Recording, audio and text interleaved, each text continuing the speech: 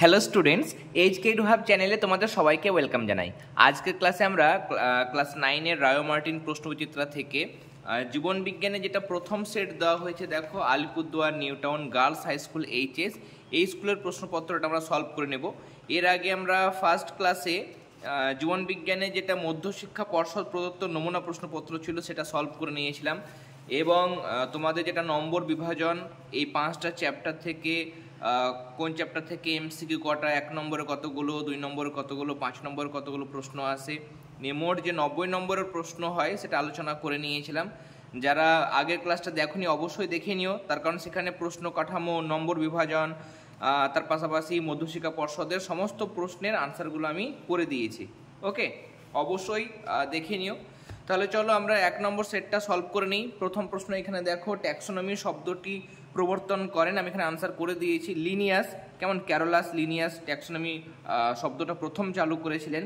প্রদত্ত কোন প্রাণী গোষ্ঠীতে বক্ষ গহ্বর ও উদর গহ্বরের মাঝখানে ডায়াফ্রাম মানে হচ্ছে মধ্যচ্ছদা, সেটা কাদের থাকে? স্তন্যপায়ী মানে ম্যামালিয়াদের থাকে, তাই না? স্তন্যপায়ী বা ম্যামালিয়াদের থাকে। বায়োলজি ও ইলেকট্রনিক্সের সমন্বয়ে গঠিত বিজ্ঞানের যেটা শাখা সেটা হচ্ছে বায়োনিক্স। ডিএনএতে উপস্থিত শর্করাটা হলো ডিঅক্সিরাইবোজ। কেমন, ডিএনএর মধ্যে থাকে ডিঅক্সিরাইবোজ এবং আরএনএর মধ্যে থাকে রাইবোজ। কেমন, পেন্সিলে মার্ক করা আছে, আমি আরও একবার পেনে দাগ দিয়ে দিচ্ছি, তাহলে তোমাদের দেখতে সুবিধা হবে। বায়ু গহ্বরযুক্ত প্যারেনকাইমা, দারুণ ইম্পর্টেন্ট কোয়েশ্চেন। বায়ু গহ্বরযুক্ত যে প্যারেনকাইমা তাকে বলা হয় এরেনকাইমা। ওকে, এরকম প্রশ্ন কিন্তু আসে।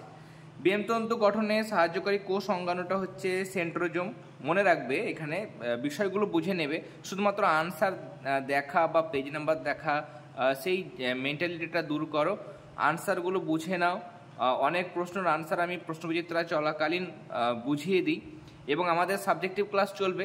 আমাদের যেমন ফার্স্ট টার্মে সেকেন্ড টার্মে সাবজেক্টিভ ক্লাস দিয়েছিলাম, মানে বিষয়ভিত্তিক ক্লাস জীবনবিজ্ঞান ভৌতবিজ্ঞানের দেওয়া হয়েছিল, এবারও তোমরা সেই ক্লাসগুলো পাবে।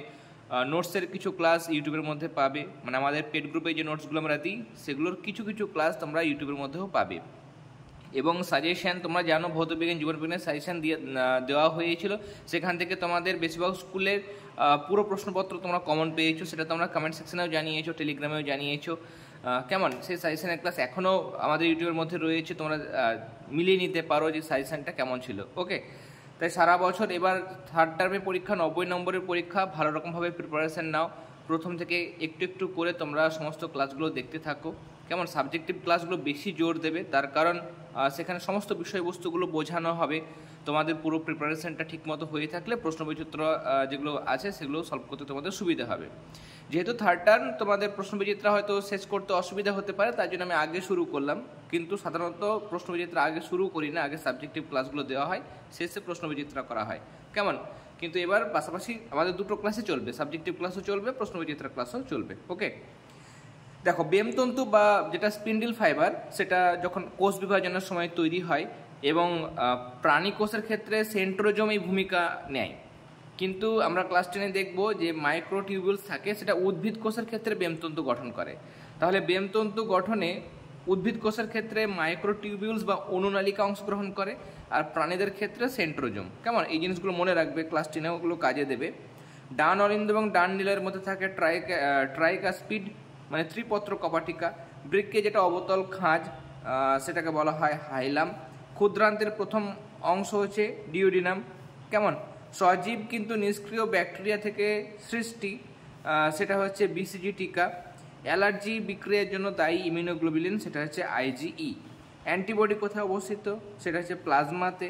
যেসব উদ্ভিদ উচ্চ তাপমাত্রাযুক্ত স্থানে জন্মায় তাদের বলা হয় মেগাথার্মস। ওকে, মাইক্রো মানে কম। এরপরে নেক্সট হচ্ছে পুনঃস্থাপনযোগ্য, আচ্ছা পুনঃস্থাপন অযোগ্য প্রাকৃতিক সম্পদ, যেগুলো আর মানে পুনরায় মানে ফিরে পাওয়া যায় না এরকম ভাবতে পারো, সেগুলো হচ্ছে কয়লা, পেট্রোলিয়াম। এগুলো আর মানে এদের ভান্ডার ফুরিয়ে গেলে আবার পূরণ করা সম্ভব নয়। কোন প্রকার খাদ্য শৃঙ্খল সবুজ উদ্ভিদের পরিবর্তে পচনশীল বস্তু দ্বারা শুরু হয়? সেটা হচ্ছে দেখো পচনশীল বস্তু, ডেট্রিটাস খাদ্য শৃঙ্খল। এই ডেট্রিটাস খাদ্য শৃঙ্খলকে কর্কর খাদ্য শৃঙ্খল বলা হয়। ওকে, বিভাগ খ সলভ করে নেব। প্রথম প্রশ্ন, কোন শ্রেণীর প্রাণীর অন্তঃকঙ্কাল তরুণাস্থি দিয়ে তৈরি? কন্ড্রিকথিস। সিলোমযুক্ত মানে প্রকৃত ছদ্মশিলম দেখতে পাওয়া যায়, সেটা হচ্ছে অ্যানিলিডা। কেমন প্রকৃত শিলম উপস্থিত। প্রোটিনের তাপন মূল্য হচ্ছে 4.1 কিলো ক্যালোরি পার গ্রাম। মানবদেহে প্লীহার অবস্থান আমি প্রান্তিকে থেকে দেখাচ্ছি। প্রান্তিকে দুটো বই হয় তোমরা জানো। প্লীহার অবস্থান লিখবে উদর গহ্বরের বাম দিকে এবং মধ্যচ্ছদার ঠিক নিচে বাম বৃক্কের ওপরে প্লীহা অবস্থান করে। এরপরে শ্বসন তাপমোচী না তাপগ্রাহী, এখানে তাপ উৎপন্ন হয়, তাহলে তাপমোচী প্রক্রিয়া। পিজিএএলডি পুরো নাম হচ্ছে ফসফোগ্লিসারালডিহাইড। এইডস রোগটি কোন ভাইরাসের সংক্রমণে হয়, সেটা হচ্ছে এইচআইভি ভাইরাস, মানে হিউম্যান ইমিউনোডিফিসিয়েন্সি ভাইরাস। কেমন? Human immunodeficiency virus. কোন মাছে লার্ভার বিকাশ আলোতে ভালো হয়? গাম্বুসিয়া। আবার যে মাছগুলো, যেমন দেখো গোল্ডফিশের ক্ষেত্রেও কিন্তু তাদের বিকাশটা আলোতে ভালো হয়। ওকে। শূন্যস্থান পূরণ। ব্যাকটেরিয়া যে রাজ্যের অন্তর্গত সেটা মনেরা। আবরণী কলার কোষগুলো মাছের আঁশের মতো দেখতে হয়। তোমরা এগুলো টেক্সট বইয়ের মধ্যে তোমাদের যে পাঠ্য বই সেখানে দেখবে আবরণী কলার বৈশিষ্ট্য দেখবে, সেখানে পেয়ে যাবে। ACL ক্ষরণ করে অক্সিনটিক কোষ। কেমন? অক্সিনটিক গ্রন্থির অক্সিনটিক কোষ থেকে। তাহলে কোন কোষ? তাহলে অক্সিনটিক। চিংড়ি শ্বাসঙ্গ ফুলকা। কোন মশকির দংশনের মাধ্যমে ডেঙ্গি রোগ ছড়ায়, সেটা হচ্ছে এডিস।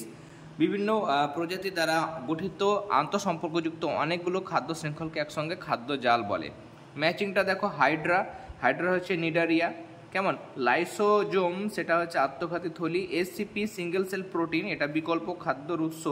অ্যান্টিবডি হচ্ছে গ্লাইকোপ্রোটিন। রূপান্তরক হচ্ছে এখানে ডিনাইট্রিফাইং ব্যাকটেরিয়া। কোষ নির্ভর অনক্রমতা সেখানে অংশগ্রহণ করে টি লিম্ফোসাইট। ঠিক এবং ঠিকের পাশে টিক চিহ্ন, ভুলের পাশে ক্রস চিহ্ন দেব। বাস্তুবিদ্যার ক্ষুদ্রতম একক পপুলেশন নয়, তাহলে এক্ষেত্রে মানে উৎপাদকটা থাকে একদম নিচের স্তরে, এটা হচ্ছে ভুল।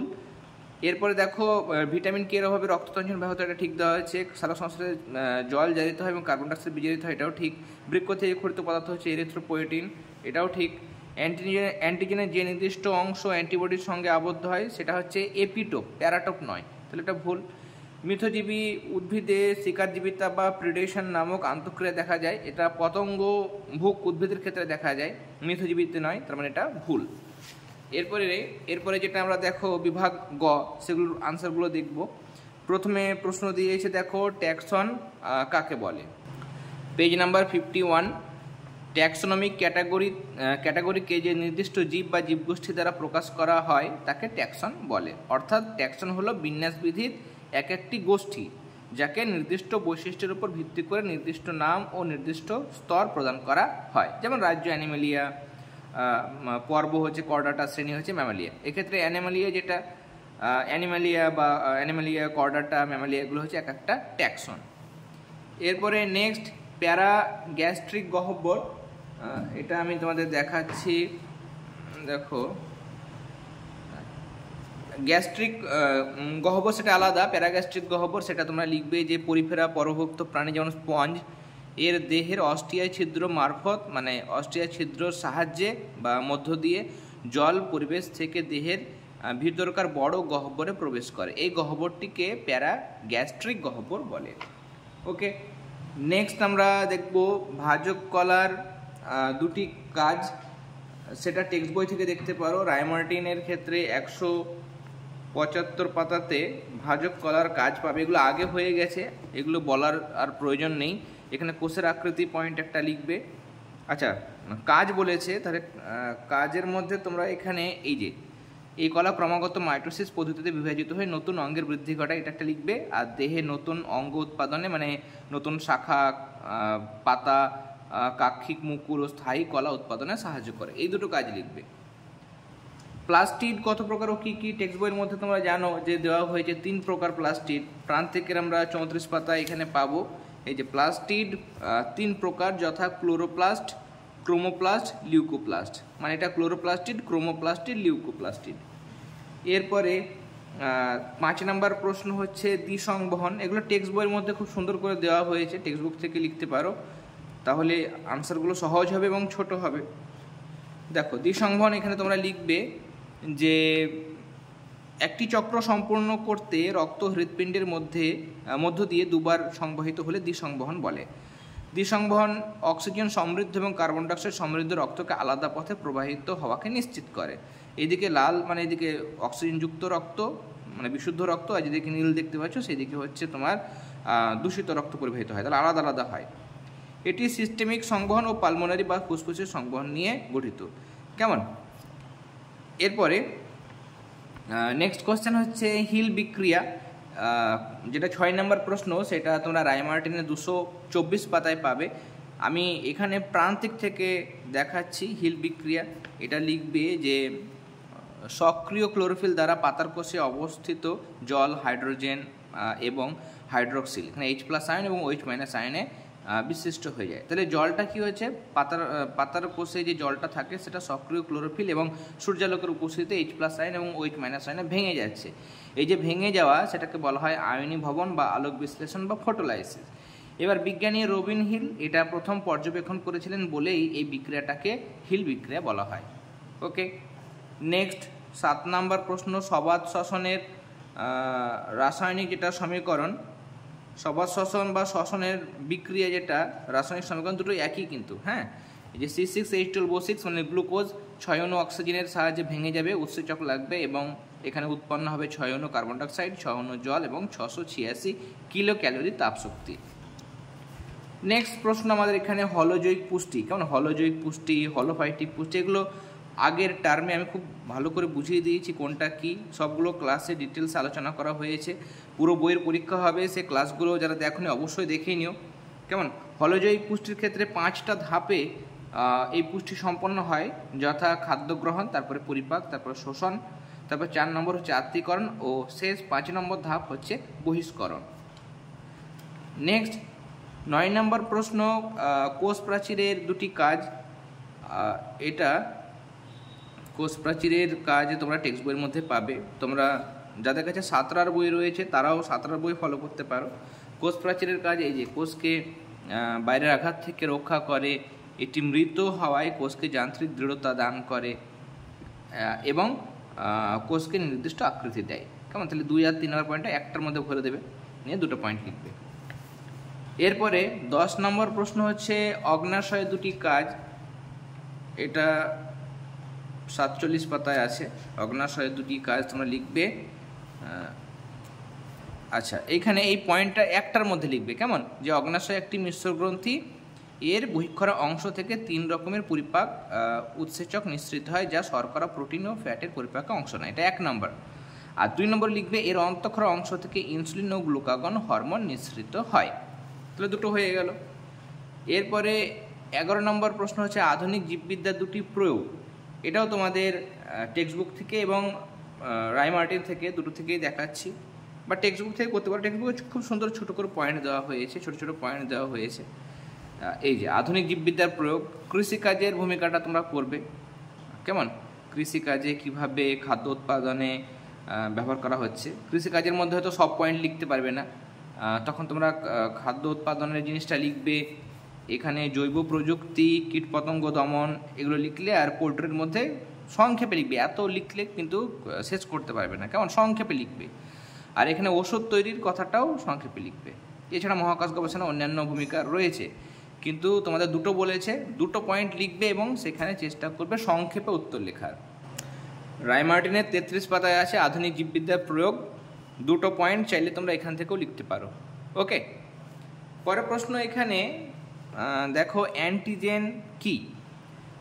এটা আমি আচ্ছা, অ্যান্টিজেনেরটা একবার রায়মার্টিনের পেজ নাম্বার দেওয়া আছে 390, সেটাই আমি দেখাচ্ছি। তার পাশাপাশি টেক্সট বই থেকেও তোমাদের দেখাবো। কেমন? 390 পাতায় এই যে অ্যান্টিজেন হলো যে বিজাতীয় বস্তু প্রাণীর দেহে প্রবেশের ফলে প্রোটিনধর্মী অ্যান্টিবডির সৃষ্টি হয় এবং পারস্পরিক আন্তঃক্রিয়ার মাধ্যমে দেহকে রোগমুক্ত রাখে, তাকে অ্যান্টিজেন বলে। তাহলে যে বিজাতীয় বস্তুটা শরীরে প্রবেশ করলে প্রোটিনধর্মী অ্যান্টিবডি আমাদের শরীরে তৈরি হবে, সেটাকে আমরা বলবো কি? অ্যান্টিজেন, তাই না? অ্যান্টিজেন আমাদের শরীরে প্রবেশ করার পরই আমাদের শরীরে অ্যান্টিজেন প্রবেশের ফলে অ্যান্টিবডি তৈরি হয়। এখানে আমাদের 114 পাতাতেও একই রকম দেওয়া হয়েছে যে যে সমস্ত বহিরাগত বস্তু প্রাণীদেহে প্রবেশ করলে অনাক্রমক তন্ত্র মানে ইমিউনিটি যে সিস্টেম সেটা সক্রিয় হয় এবং অ্যান্টিবডি সৃষ্টি করে, তাকে অ্যান্টিজেন বা ইমিউনোজেন বলে। যেমন উদাহরণটাও দেবে যে বিভিন্ন ধরনের ব্যাকটেরিয়া, ভাইরাস, ফুলের রেণু, এগুলো হচ্ছে অ্যান্টিজেনের উদাহরণ। এরপরে নেক্সট হচ্ছে এমএমআর কি, এর পুরো নাম 404 পাতা তোমরা রায়মার্টিনের মধ্যে পাবে। আমি এখানে যেহেতু এই জিনিসটা একদমই ছোট প্রশ্ন, টেক্সট বই থেকেই লিখবে, টেক্সট বুক থেকে লিখলে আর রায়মার্টিনে দুটো জায়গা খুঁজতে হবে না। এমএমআর ভ্যাকসিনের পুরো নাম তোমরা লিখবে, এর পুরো নাম হলো মাম্পস, মেজেল আর রুবেলা। কেমন? এম আচ্ছা মাম্পস, এম হচ্ছে মেজেল, আর হচ্ছে রুবেলা। তুমি লিখবে যে এটি হলো এক ধরনের টিকা যার সাহায্যে মাম্পস, হাম্প ও রুবেলা রোগকে প্রতিরোধ করা যায়। ওকে, এটা এক ধরনের ভ্যাকসিন বা টিকা। এরপরে ম্যালেরিয়া রোগের উপসর্গ রায়মার্টিনের 392 পাতায় তোমরা পাবে। আমি এখানে টেক্সট বই থেকেই দেখাবো। কেমন? ম্যালেরিয়া রোগের উপসর্গ: নির্দিষ্ট সময় অন্তর কাঁপুনি দিয়ে জ্বর আসা ও ঘাম দিয়ে জ্বর ছাড়া। জ্বর প্রায় 105 ডিগ্রি ফারেনহাইট পর্যন্ত উঠতে পারে। দীর্ঘদিন এই রোগে ভুগলে প্লীহা ও যকৃৎ বড় হয়ে যথাক্রমে স্পিনোমেগালি, স্পিনোমেগালি মানে প্লীহা, মেগালি মানে বড় হয়ে যাওয়া, আর হেপাটো মানে যকৃৎ সংক্রান্ত, তাই না, লিভার সংক্রান্ত, তাহলে সেখানে হেপাটোমেগালি মানে যকৃৎটা বড় হয়ে যাওয়া। এই ধরনের লক্ষণ বা উপসর্গ ম্যালেরিয়া রোগের ক্ষেত্রে হয়। এরপরে 15 নম্বর যেটা প্রশ্ন সেটা হচ্ছে বিশ্ব খাদ্য সংকটের দুটি কারণ। এটা দেখাচ্ছি টেক্সট বই থেকে, এবং আমাদের যখন ক্লাস হবে তখন আমরা ধরে ধরে জিনিসগুলো বুঝিয়ে দেবো। কেমন? খাদ্য সংকট, এই যে জনসংখ্যা বাড়ছে, নগরায়নের ফলে কৃষি জমির পরিমাণ কমে যাচ্ছে, তার জন্য চাষবাস কম হচ্ছে, এটা একটা খাদ্য সংকটের কারণ। এছাড়া অনুন্নত কৃষি ব্যবস্থা, কেমন, প্রাচীন পদ্ধতিতে চাষ হচ্ছে, উন্নত বীজ এবং সারের অভাব, ফসলের উৎপাদন ক্ষমতা কমে যাচ্ছে, ফলে খাদ্য সংকট দেখা যাচ্ছে। এছাড়া জলবায়ুর পরিবর্তন হচ্ছে, বনভূমি ধ্বংস হচ্ছে, গ্লোবাল ওয়ার্মিং বা বিশ্ব উষ্ণায়ন হচ্ছে, পরিবেশ দূষণ নানা কারণে, বা অনেক সময় বৃষ্টি হয় না, অনাবৃষ্টি, বা অনেক সময় প্রচুর বৃষ্টি হচ্ছে, অতিবৃষ্টি, বা অনেক জায়গায় তুষারপাত, সেগুলো কিন্তু ফসলের উৎপাদনটাও অনেক অংশে কমিয়ে দিচ্ছে। ওকে, দুটো কারণ বলেছে, দুটো কারণ তোমরা লিখবে। এরপরে দারুণ ইম্পর্ট্যান্ট একটা বিষয়, সেটা হচ্ছে কমেন্সালিজম কি। এটা 427 পাতায় তোমরা পাবে রায়মার্টিনের। আমি রায়মার্টিনেদের কাছে আছে, তারা পেজ নাম্বার মিলিয়েই বের করে নিতে পারবে। আমি এখানে টেক্সট বই থেকে দেখাচ্ছি। কমেন্সালিজমটা এখানে সহজ করে দেওয়া হয়েছে। দেখো এখানে বলছে যে দুটি ভিন্ন প্রজাতির সহাবস্থানের ফলে যদি একটি লাভবান হয় কিন্তু অপরটির লাভ বা ক্ষতি কিছুই হয় না। মানে আমরা কি পড়েছিলাম, মিথজীবীতে কী হয় বলতো? মিথজীবীতে দুজনেরই উপকার হয়, যেমন লাইকেনের ক্ষেত্রে আমরা দেখেছি, তাই না? মিথজীবীতে দুজনের উপকার হবে, কিন্তু কমেন্সালিজমে কি হবে? একজনের লাভ হবে এবং আরেকজনের লাভও হবে না, ক্ষতি হবে না, কিছুই হবে না তার। তখন সেই ধরনের সম্পর্ককে আমরা বলবো কমেন্সালিজম। যেমন দুর্বল কাণ্ড বিশিষ্ট রোহিণী উদ্ভিদরা অন্য বৃক্ষকে জড়িয়ে ধরে উপরে ওঠে। সেখানে রোহিণী উদ্ভিদ যেটা মানে লতানো উদ্ভিদ, তার সুবিধা হচ্ছে, কিন্তু যাকে জড়িয়ে ধরে উঠছে সেই আশ্রয়দাতা বৃক্ষের না কোনো লাভ হয় না কোনো ক্ষতি হয়। এটি এক ধরনের ধনাত্মক নিরপেক্ষ, মানে প্লাস একজনের লাভ আর একটা জিরো, মানে তার কোনো লাভ নেই, এরকমের আন্তঃক্রিয়া। ওকে, তাহলে এই জায়গাটা কমেন্সালিজমের, এই জায়গাটা লিখবে। এরপরে বাস্তুতন্ত্রের জীবজ যে শর্ত 424 পাতায় দেওয়া হয়েছে, আমি এটা তোমাদের দেখাচ্ছি। 424 পাতা যদি বের করি, আমাদের ছক দিয়েছে, আমাদের সবগুলো লিখতে হবে না। এক মিনিট।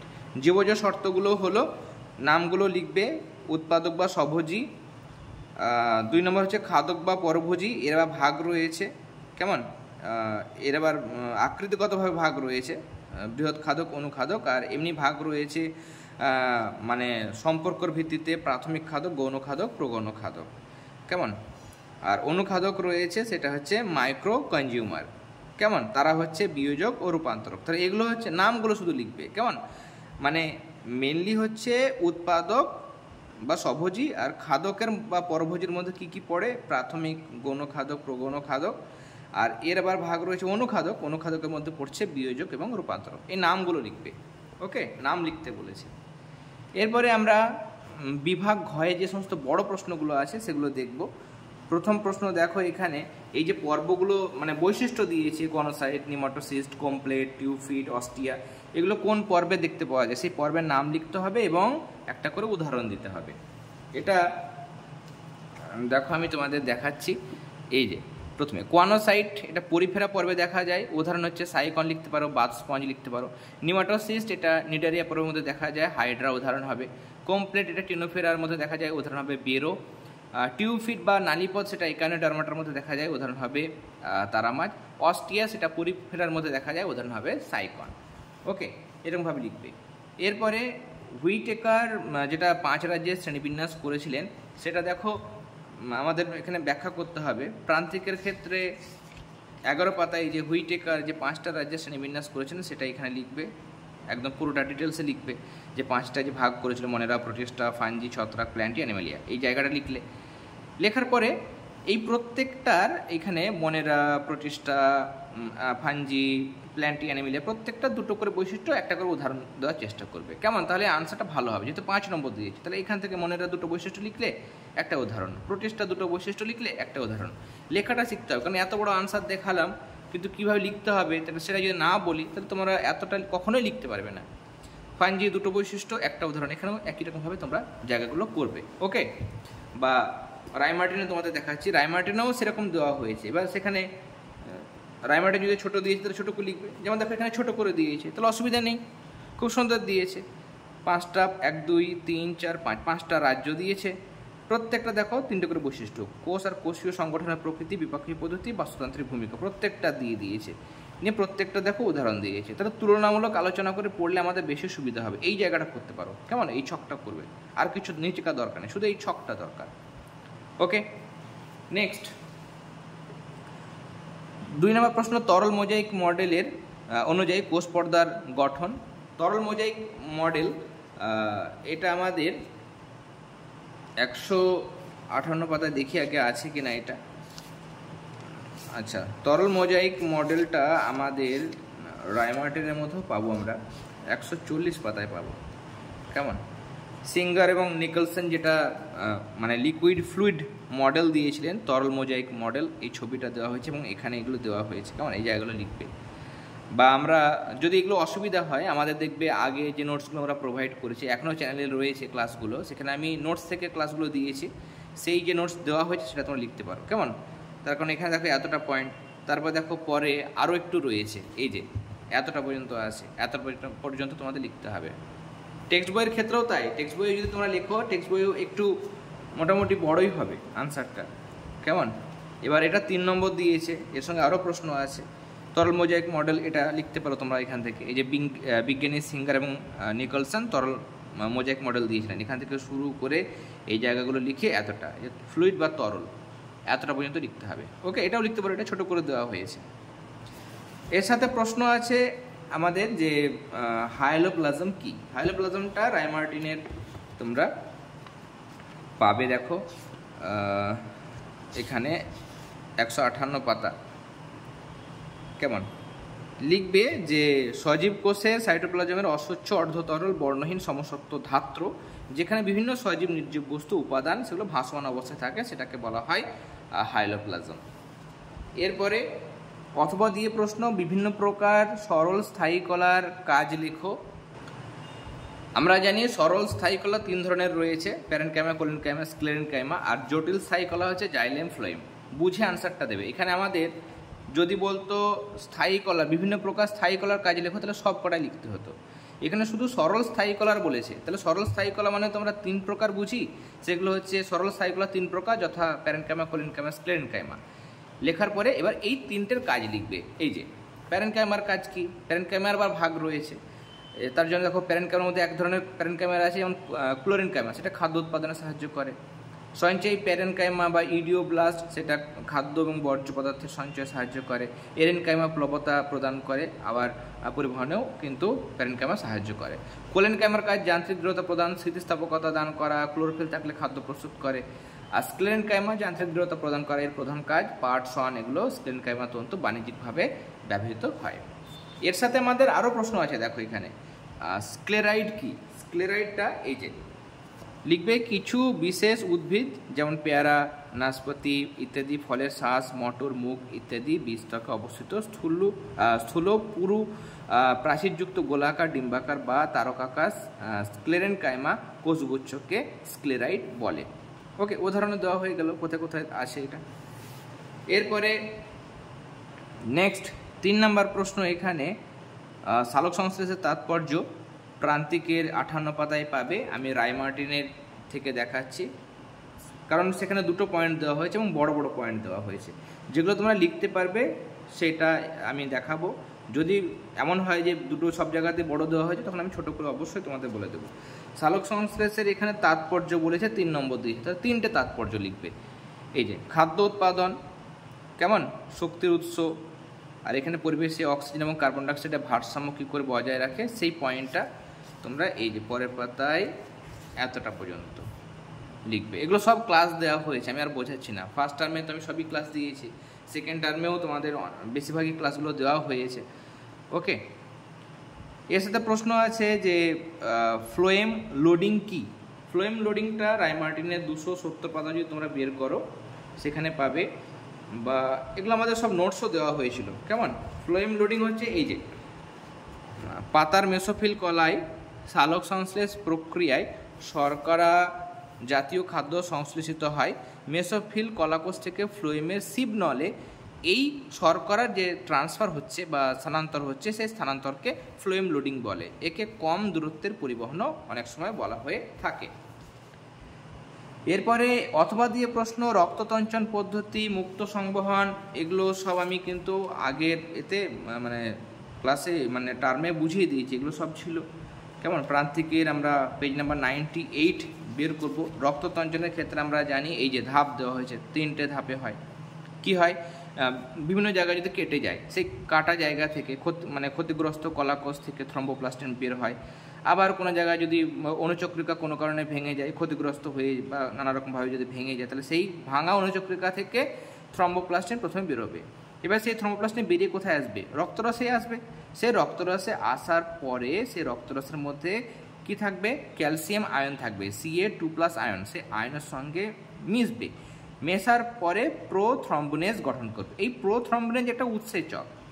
কেমন, তাহলে ভাঙা বা ক্ষতিগ্রস্ত কলাকোষ, সেখান থেকে অনুচক্রিকা থেকে থ্রম্বোপ্লাস্টিন বের হয়, রক্তরসে আসে, ক্যালসিয়াম আয়ন শোষণ করার পরে প্রোথ্রম্বোনেজ উৎসেচকে পরিণত হয়।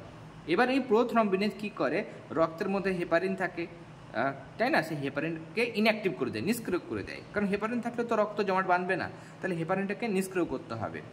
এবং যেটা প্রথ্রম্বিন যেটা ইনঅ্যাক্টিভ থাকে সেটাকে সক্রিয় করে দেয়। তাহলে হেপারিনকে ইনঅ্যাক্টিভ করে দেয় আর প্রথ্রম্বিনকে অ্যাক্টিভ থ্রম্বিনে পরিণত করে। হলো, এবার এই থ্রম্বিন কী করবে, রক্তরসের মধ্যে ফাইব্রিনোজেন থাকে, সেই ফাইব্রিনোজেন ক্যালসিয়াম আয়নের সহায়তায় ফাইব্রিনে পরিণত হবে, নিয়ে ওই জালকের মতো ওই ক্ষতস্থানে ছড়িয়ে পড়বে, নিয়ে রক্ত জালক তৈরি করবে এবং মানে রক্তপিণ্ড ক্লট তৈরি করে রক্ত জমাট বাঁধতে সাহায্য করবে। তাহলে এই ধাপগুলো লিখবে। ওকে, আর যখন বলবে শব্দচিত্রের মাধ্যমে 2 নম্বর যদি দেয়, তখন শব্দচিত্রের মাধ্যমে বলে এই ছকটা দেখাবে। ওকে, এখন এই মানে ব্যাখ্যাটা করবে, 3টে ধাপ।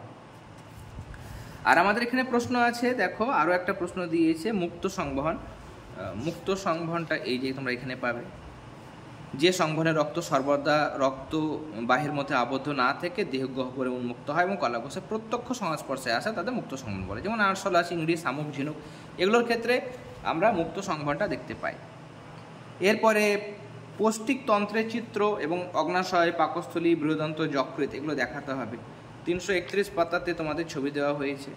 কেমন, তোমাদের টেক্সট বইয়ে যদি ছবি ভালো থাকে তাহলে সেটা করবে। এই যে ছবি পুরোটাই আঁকবে, যেগুলো বলেছে আমাদের কি বলেছে দেখো এখানে, অগ্নাশয়, পাকস্থলী, বৃহদান্ত্র, যকৃৎ। তাহলে অগ্নাশয়, এই অগ্নাশয়টা চিহ্নিত করে দেখাতে হবে, পাকস্থলী দেখাতে হবে, বৃহদান্ত্র দেখাতে হবে, যকৃৎ দেখাতে হবে। যেগুলো যেগুলো বলেছে সেগুলো দেখাতে হবে, কিন্তু আঁকতে হবে পুরোটাই। ওকে, আর বাকি নামগুলো যেগুলো বলেনি সেগুলো চাইলেও লিখতে পারো, কিন্তু যেগুলো মেন বলেছে সেগুলো অবশ্যই লিখতে হবে, তবেই কিন্তু মানে লেখার জন্য নম্বরটা পাবে। ছবি আঁকার জন্য মনে রাখবে, ছবি আঁকার জন্য 3 নম্বর, আর 4টে নামকরণ যদি ঠিক করো তবে 2 নম্বর। যদি 4টে জায়গায় 2টো তুমি নামকরণ ঠিক করেছো আর 2টো ভুল দেখিয়েছো, তাহলে 2টো ঠিকের জন্য 1 নম্বর পাবে। কেমন, তাহলে 3 নম্বর ছবি আর 1 নম্বর তুমি ওই ঠিক করার জন্য পাবে, এই 4 নম্বর পাবে। বুঝতে পারলে? তাহলে 3 নম্বর ছবি আর 4টে হাফ হাফ করে দেখানোর জন্য 2 নম্বর। এর সাথে অথবা যে প্রশ্ন মানবদেহের রেচনতন্ত্রের চিত্র অঙ্কন করে এগুলো দেখাতে হবে। রেচনতন্ত্রের ছবি তোমরা রায় মার্টিনের 384 পাতাতে পাবে। কেমন? 384 পাতায় রেচনতন্ত্রের ছবি। এইটা রেচনতন্ত্র বলেছে। কেমন? এর আগে আমরা সেকেন্ড টার্মে এটা পড়েছিলাম, দারুণ ইম্পর্টেন্ট। কেমন? সেকেন্ড টার্মে এটা পড়েছিলাম, থার্ড টার্মে আমাদের এখন এই প্রশ্নটা দিয়েছে। রেচনতন্ত্রের ছবি মানে এইটা, এই ছবিটা আঁকতে হবে। কেমন? এটা।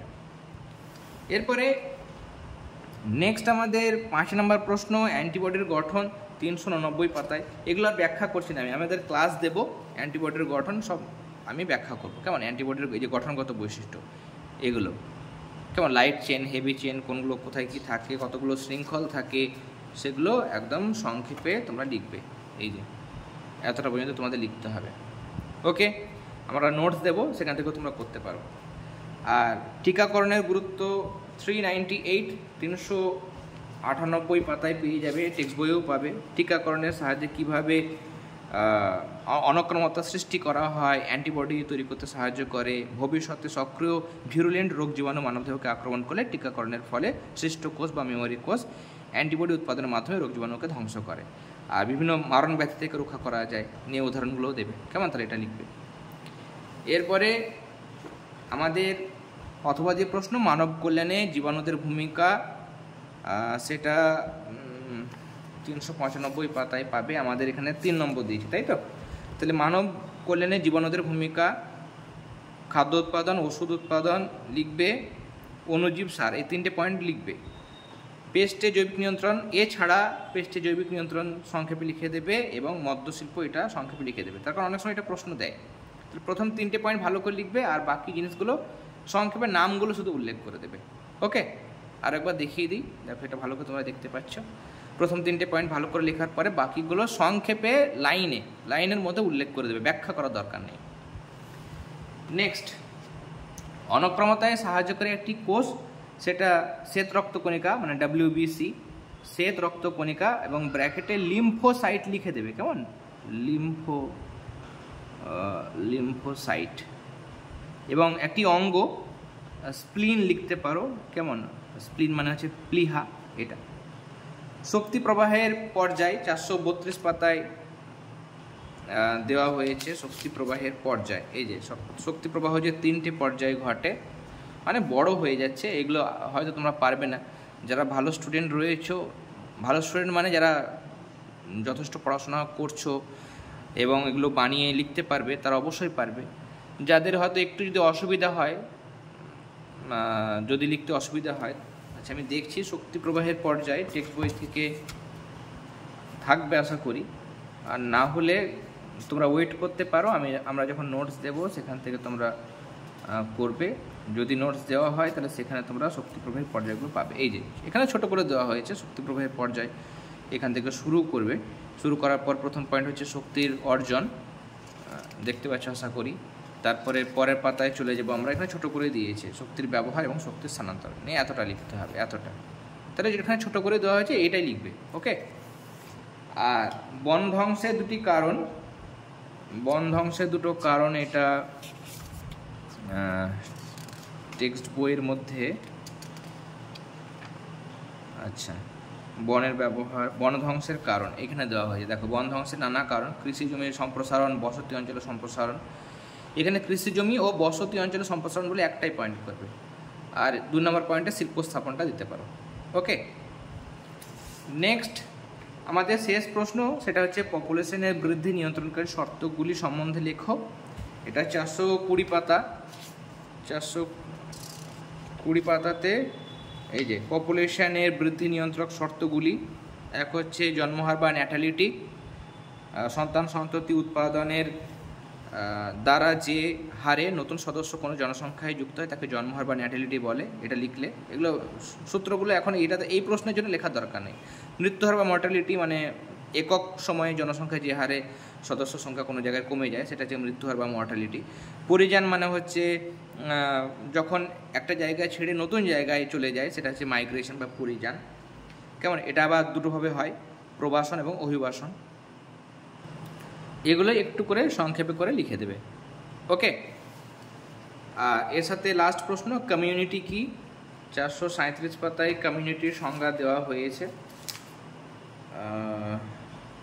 এখানে এই যে কমিউনিটি বা সম্প্রদায় কোনো বাস্তুতন্ত্রে একাধিক প্রজাতির অন্তর্গত বিভিন্ন জনসংখ্যার মিলিত বা একত্রিত গোষ্ঠীকে সম্প্রদায় বা কমিউনিটি বলে, যেমন কুকুরের কমিউনিটি। ওকে, তাহলে আজকে আমরা প্রশ্নবিচিত্রা থেকে 1 নম্বর স্কুলের সমস্ত প্রশ্নের আনসারগুলো দেখে নিলাম। আজকের ক্লাসটি ভালো লেগে থাকলে অবশ্যই ক্লাসটিতে লাইক দেবে, আর যারা এখনও পর্যন্ত চ্যানেলটি সাবস্ক্রাইব করেনি অবশ্যই সাবস্ক্রাইব করে নিও। আর আমাদের পেড ক্লাসের ডিটেলস আমি স্ক্রিনে দিয়ে দিলাম। আমাদের ক্লাস 9-এর তোমরা যারা পড়াশোনা করছো, তোমাদের ক্লাস 9-এর 4টে যে বিষয়ের আমরা ক্লাসগুলো দিই এখানে দেওয়া হয়েছে। মান্থলি সিস্টেম, মাসে মাসে একটা ন্যূনতম ফি রাখা হয়েছে, সেই ফি প্রোভাইড করলে তোমাদের হোয়াটসঅ্যাপ গ্রুপে যুক্ত করা হবে। সেখানে আমরা পিডিএফ নোটসগুলো পাঠাই 4টে বিষয়ের, এবং ক্লাসগুলো তোমরা ইউটিউবের মধ্যে পাচ্ছ। এছাড়া আমরা যেমন প্রত্যেকটা টার্মের আগে সাজেশান দিয়েছি, এবারও 3rd টার্মের আগে এই 4টে বিষয়ে তোমরা সাজেশান আনসার সবগুলো কিন্তু পাবে। এবং এই সাজেশানগুলো কতটা কার্যকরী তোমরা আশা করি অনেকেই জানো, অনেকেই তোমরা অনেক আগে থেকে চ্যানেল ফলো করছো, তোমরা জানো যে আমরা যে সাজেশানগুলো দিই সেখান থেকেই তোমরা ম্যাক্সিমাম নাম্বার অফ কোশ্চেন প্রত্যেকবারই কমন পেয়ে যাও। এবারও 3rd টার্মে সেটাই কিন্তু হবে। ওকে, তোমরা ইচ্ছুক থাকলে হোয়াটসঅ্যাপ নাম্বারে যোগাযোগ করে আমাদের পেড গ্রুপে অ্যাডমিশন নিতে পারো। ওকে, আর যে ক্লাসগুলো আমাদের হয়ে যাচ্ছে সেগুলো অবশ্যই দেখবে। ভৌত বিজ্ঞানেরও আমরা প্রশ্নবিচিত্রা ক্লাস খুব শীঘ্রই শুরু করে দেবো, এবং সাবজেক্টিভ ক্লাস সেগুলো আমাদের খুব তাড়াতাড়ি শুরু হয়ে যাবে। জীবনবিজ্ঞান বা ভৌত বিজ্ঞানের সাবজেক্টিভ ক্লাস কেমনভাবে দিলে তোমাদের সুবিধা হয় সেটা অবশ্যই তোমরা জানাবে, বা কোন চ্যাপ্টারের ক্লাস দিলে ভৌত বিজ্ঞানের ক্ষেত্রে কোন চ্যাপ্টারের ক্লাস আমরা আগে যদি দিই তাহলে সেটা তোমাদের সুবিধা হয়, সেটা অবশ্যই কমেন্ট সেকশনে জানাবে, তাহলে সেরকমভাবে আমি ক্লাস প্রোভাইড করব। ওকে, তাহলে আজকের ক্লাস আমরা এখানেই শেষ করলাম। তোমরা সবাই খুব ভালো থেকো। All the very best.